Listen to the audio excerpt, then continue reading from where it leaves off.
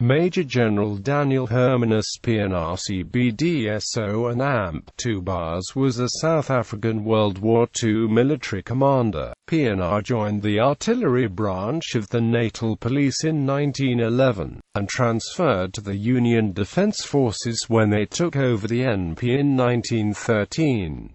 In World War I, he served as an artilleryman with the South African Overseas Expeditionary Force in German East Africa and Palestine. Between the two world wars, Pienaar held various staff and command posts. He commanded Orange Free State Command from 1935 to 1937.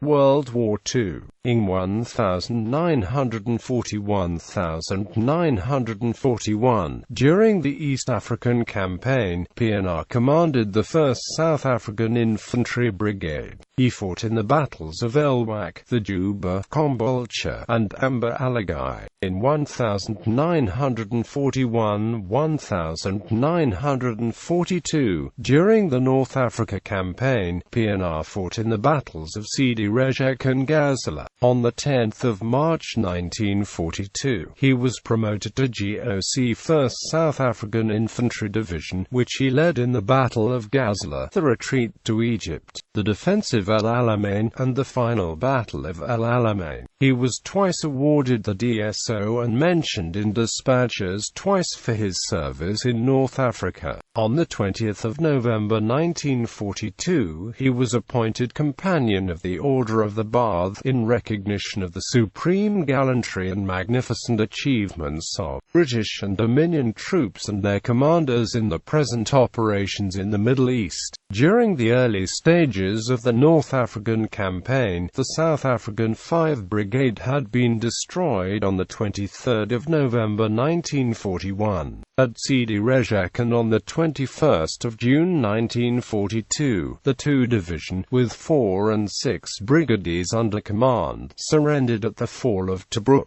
As a result of these heavy losses, Pienaar, now commander of 1 division, was cautious and increasingly reluctant to risk his troops, lost the confidence of his British commanders. It was felt, a little unfairly, that his division now lacked the necessary aggressiveness and drive for offensive operations. However, the division played an important part in the victory at El Alamein. On the other hand, Ronald Lewin, who took part in the entire campaign, writes, "What is striking is how often the British would squander a complete armoured brigade in some useless assault on a fixed position." Pienaar simply did not buy into the up-guards and approach of the British, which led to the decimation of the Commonwealth and Indian divisions that bore the brunt of so much of the fighting in the Desert War. "You know the 3 things I hate in this world: British lords, British generals, and these bloody guards,"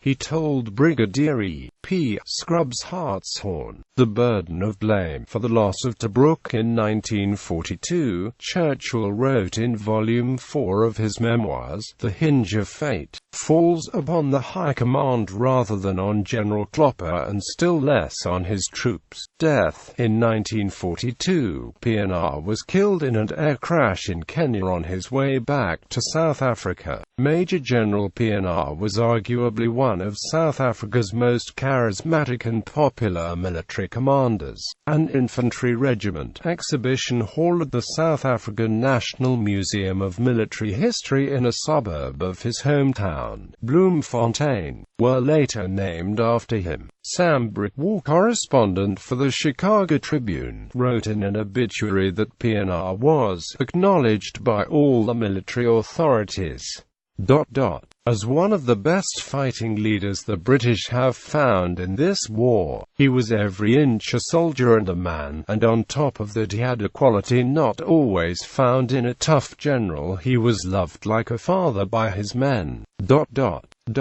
More than once he had hard words with higher authorities when he thought insufficient attention was being paid to the safety and comfort of the foot sloggers, who were bearing the brunt of the fight. 2 points struck everybody who met Pienaar. First, his disregard for personal danger. Second, his solicitude for his men. Some had thought of Pienaar as a potential successor to Prime Minister Jan Smuts, a victorious Afrikaner general who could have held back the reactionary forces of Afrikaner nationalism, as Smuts had done for almost half a century.